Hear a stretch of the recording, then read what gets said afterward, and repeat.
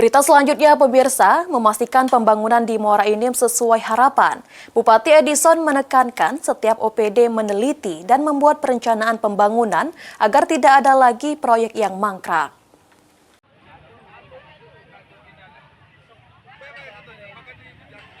Berkaca dari proyek pembangunan gedung perpustakaan dan kearsipan Kabupaten Muara Enim yang mangkrak sejak tahun 2018 dan berhasil diselesaikan pada tahun 2025.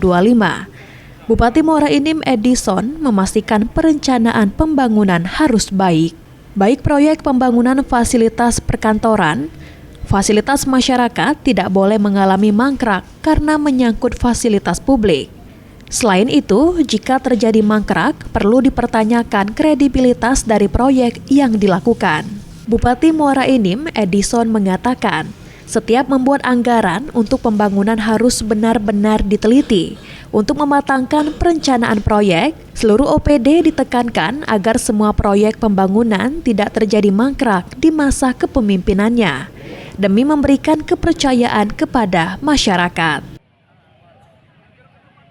Pembangunan itu dimulai dari perencanaan. Apa yang harus kita buat sesuai dengan kebutuhan masyarakat. Jalan misalnya, diperlukan jalannya berapa? Misalnya 10 kilo, anggaran sekian miliar. Kita pastikan bahwa jalan ini bisa diselesaikan sesuai dengan tahun anggaran, melihat dari perencanaan penganggaran. Begitu itu sudah selesai, tidak ada penyimpangan, ini harus selesai kan begitu. Nah, tapi kalau umpamanya perencanaan anggaran yang sudah ada tidak selesai, ada apa? Saya tekankan dengan kepala OPD jangan terjadi di masa sekarang ini. Mardiansyah, PAL TV.